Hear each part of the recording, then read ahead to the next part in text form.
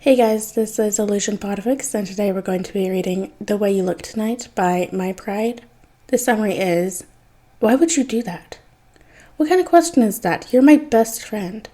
That's not an answer. I think it's a pretty good answer. Not at all. I can look after myself. I know that, but I don't need a nurse, Jonathan. I could have stayed at the manor. What part of you needed treatment did you not understand? John's voice crackled a little. We all know you can take care of yourself, you idiot. But you're human, have you forgotten? How could I? You remind me of that all the time. I got scared, okay? Damian stopped his train of thought and looked at John with wide eyes, his anger fading a little as he saw the way John had begun to wring his hands and look down. His back was hunched, his arms clasped tightly to his body. His lips pursed, and even his eyebrows furrowed in alarm, a sign that the fear had been genuine, but why? What the hell had happened? For a moment, your heart stopped beating and I got scared. John answered his unspoken question, taking a deep breath. It was only a split second, but it was terrible. Alright, without further ado, let's hop right in. When he regained consciousness, Damian felt as if every bone in his body had been shattered.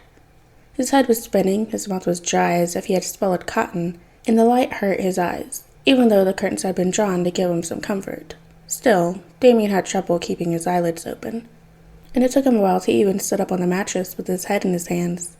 He remembered going out on patrol alone, a normal routine night, one of those seemingly quiet nights, but not too quiet, knowing Gotham, when he should have just been checking things out, then seeing some suspicious movement in Crime Alley, and following a couple of men who had gone into the alleys, into Noonan. Damian had become suspicious and donned one of his various civilian disguises to sneak in and mingle with the place's disreputable clientele, ordering a drink he didn't have just to listen to the conversation of men he'd noticed sitting in a corner of the bar. Then all hell broke loose. Half a dozen men had come in with guns drawn and started shooting wildly, emptying the entire clip into customers. In the general panic, Damian had jumped over the bar and tried to grab his weapons from the utility belt under his clothes. But an explosion had shaken everything, and he had found himself under the rubble and what? Damian racked his brain, but all he could do was make his headache worse. There was a gap, a time span he couldn't fill in, but he was pretty sure he had anonymously called 911 and got a couple of people out before he blacked out? Yeah, he had probably blacked out. He should have called the rest of his family, told them what he'd heard before the Noonan blew up, and made sure that no one had died, that the police and ambulances had arrived in time, and that the irreparable hadn't happened, but he was too weak to even try to move a muscle and look for his gear. Suddenly, Damian heard a voice from behind the door, but when he looked around, he frowned because he didn't recognize any of the furniture in the room. Wait, where the hell was he? In an instinctive gesture, Damian put a hand into his face and realized that his disguise had gone. His latex nose and cheekbones had been ripped off, his makeup wiped off, and when he touched his head, he realized that even his wig was gone, and Damian admitted that he felt a wave of panic rise in his stomach. He'd passed out in an alley, crime alley no less. He was in a strange house without his disguise, and someone had even managed to deactivate the safety mechanism on his belt, which he didn't see anywhere. Damn. His reflexes made him jump before his brain could send signals to his muscles, and he grabbed the lamp on the bedside table to rip it from its socket, ready to use it as a weapon if necessary in the absence of his equipment.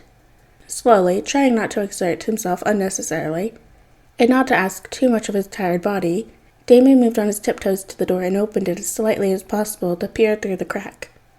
The room was dark except for a beam of light from a television, and someone was sitting on the sofa in front of the wall unit, with his back to him. Damian crept out of the room with a stealthy step and stealthily approached the sofa, raising the lamp to the level of the captor's head and... You just break the lamp, D. His captor began, and Damian's eyes widened as he held the lamp in the air in his left hand, the cord tightly gripped in the other. John? John turned and looked at Damian, his blue eyes slightly widened in confusion. Who did you think that was? He asked matter-of-factly. It's my apartment. Wait, John's apartment? Wait, why am I here? He asked spontaneously, and John, in a split second in which he moved nothing but air, got up to turn on the light, only to find himself standing in front of Damian, who was shielding his eyes. You were hurt, obviously. Then why am I not in the Batcave? John shrugged as if they were discussing the weather. Well, you were there 2 days ago. Wait, what? Raising a hand to silence John, Damian rubbed his forehead and stared at the ground as if the absolute truth were written there, trying to make sense of it all. How had this happened? How had 2 days gone by without him noticing? I don't understand, he admitted, looking up to stare at John with wild eyes. He was missing pieces and couldn't complete the puzzle, and John could see it. Come, sit here. I'll explain everything to you.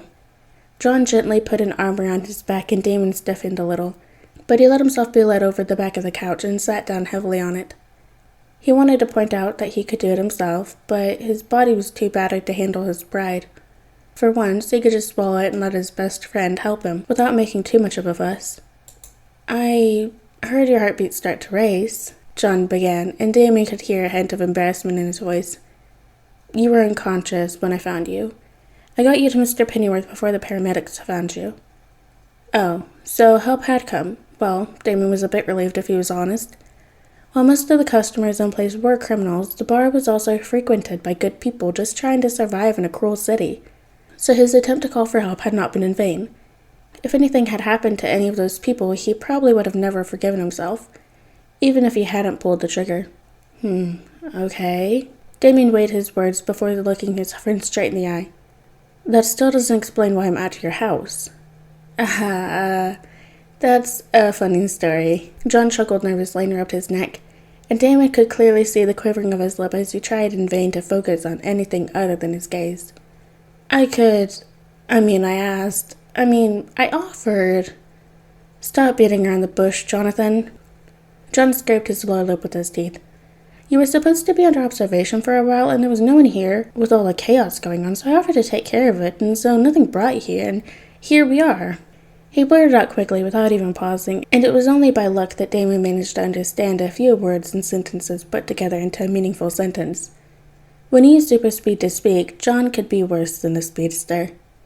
Damian frowned, still staring at John. He still avoided his gaze, but the stiffness in his shoulders was gone, and it was almost as if a weight had been lifted. He was breathing a little faster and drumming his fingers on his thighs as if to keep a rhythm he could only hear in his head, or, more simply, he was still a little nervous about the whole situation that had arisen in the last 2 days. 2 days. Damian still found it hard to believe that so much time has passed. Raising a hand through his hair, Damian found it rather interesting to look at the floor. He was barefoot, but not cold, so he wondered if it was heated, and he hesitated too. Damn it. Why would you do that? He finally asked, uncertain, feeling John shift a little uncomfortably on the couch before turning towards him so quickly that he would have broken his neck if he'd been human. What kind of question is that? You're my best friend. That's not an answer. I think it's a pretty good answer. Not at all. I can look after myself. I know that, but I don't need a nurse, Jonathan. I could have stayed at the manor, he announced, but John's eyes widened as if Damian had just insulted him. What part of you needed treatment did you not understand? John's voice cracked a little. We all know you can take care of yourself, you idiot. But you're human, have you forgotten? He snapped, and this time it was Damian who got angry and straightened his back. How could I? You remind me of that all the time. He shouted through his thinning eyelids, his ragged breathing and his nervous look. He hated being treated like a porcelain vase. He hated when they thought he was weak. He hated when John thought he was just I got scared, okay?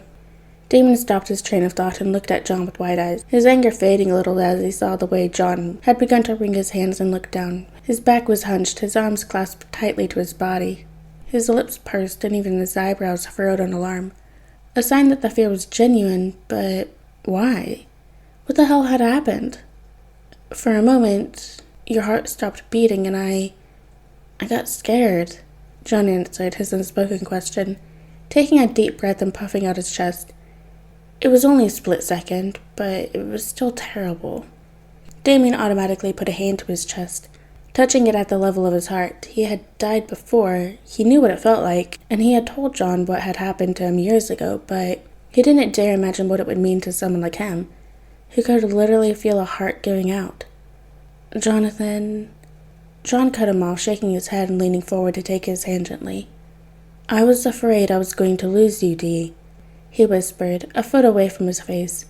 and Damian's heart skipped a beat as they looked at John so closely. He could make out the freckles on his cheeks, the dimples at the corner of his mouth, the faint purple tint in the blue of his irises, and the thick black eyelashes. The not a moment. What was happening? Why had his heart begun to beat so wildly and violently? I wouldn't have died from this. Damian tried to sound reassuring and keep his composure, to make sure John understood that there had never been anything to worry about and that he was fine. But it was hard to do with John looking at him like that. Had he ever done that? Had he ever looked at him with those bright, shining eyes? I could have made it through this. What if it hadn't been like this? I would have found a way. Damian would have said more if it hadn't been for the look that had suddenly spread across John's face. Pain, hurt, terror. Damian couldn't stand to see it on his best friend's face. I'm sorry, he finally whispered, reaching for John's face to hold it in his own. And it felt right, as John's shoulders relaxed and he instinctively pulled him into a tight, possessive embrace, as if he had no intention of letting go. Don't apologize, idiot. John's voice was barely above whisper. All that matters is you're okay. John? You're squeezing a little too hard.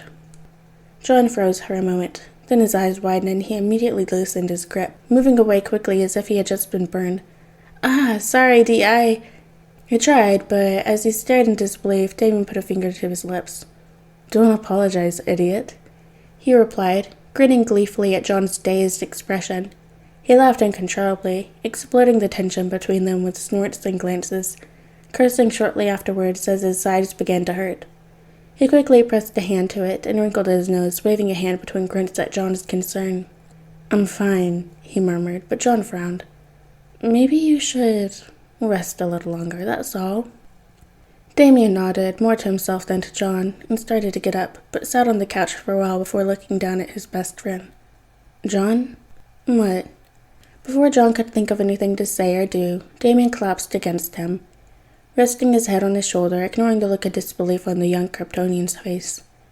Actually, I'd rather stay here and keep you company, he said bluntly, feeling John's muscles tense a little and... Was that his heart beating so fast? Are you sure? I've never felt more sure in my life, Damian said, moving closer to him. John hesitated for a moment, but soon he lifted his arms to wrap around Damian's shoulders, covering them both with a blanket and clinging to the warm body he had almost lost. He reveled in the sensation, the scent of Damian's shampoo in his whole being, burying his face in Damian's hair and his eyes closing without Damian pushing him away or resisting. Whatever had happened between them that night, whatever was happening or beginning to bloom, they would have time to finally give it a name. Alright guys, and that is the end of The Way You Look Tonight by My Pride. I hope you guys liked it, and I'll see you next video.